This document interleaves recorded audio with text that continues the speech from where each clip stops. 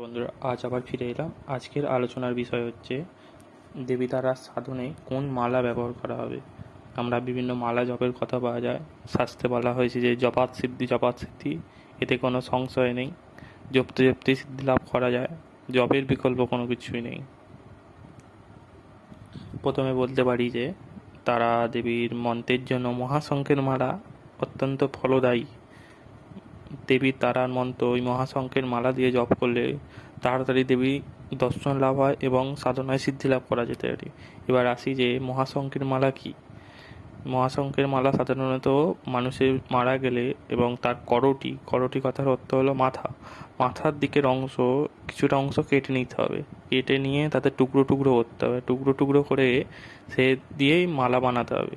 এই মালাতে দেবী তারার জপ করতে হবে। এই মালাকেই মহাশঙ্খের মালা বলছে।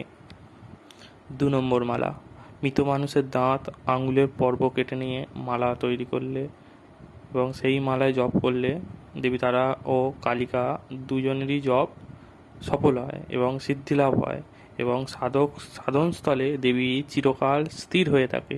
দেবী সবসময় ওই স্থানে জাগ্রত হয়ে থাকে। ওই 2 মালার ব্যবহার করলে অবশ্যই দেবী সবসময় সাধনস্থলে জাগ্রত থাকবে, এটা শাস্ত্র বলছে। মহাশঙ্খের অভাবে স্ফটিকের মালাতেও জপ হতে পারে।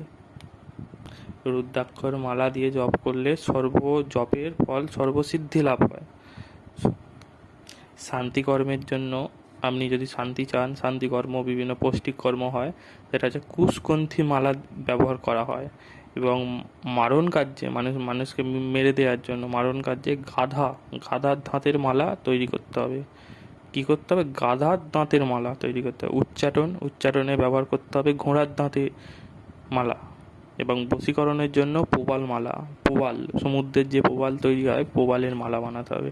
এবং বিদ্যা, ধন, আকর্ষণ, স্তম্ভন কার্যের জন্য রৌপ কথার অর্থ হলো রূপোর মালা ব্যবহার করা যেতে পারে। এখন দেখবেন যে অনেক তান্ত্রিক আছে, তিনি হাতেই রুদ্রাক্ষর মালাই আছে, সেই রুদ্রাক্ষর মালা দিয়ে সব কার্য করতে।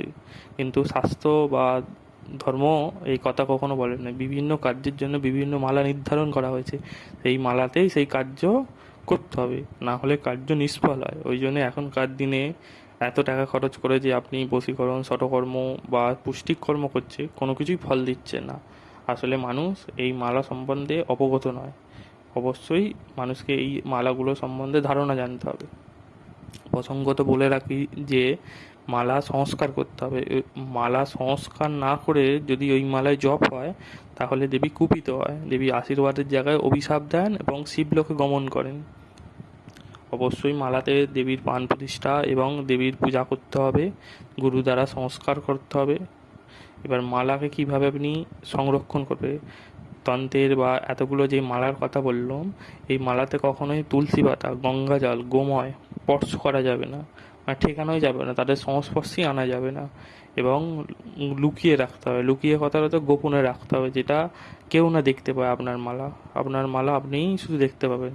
এমনকি শাস্ত্রে বলছে যে গুরুও না দেখতে পায় যে কি মালায় জপ হচ্ছে। গুরু প্রদান করে দেওয়ার পর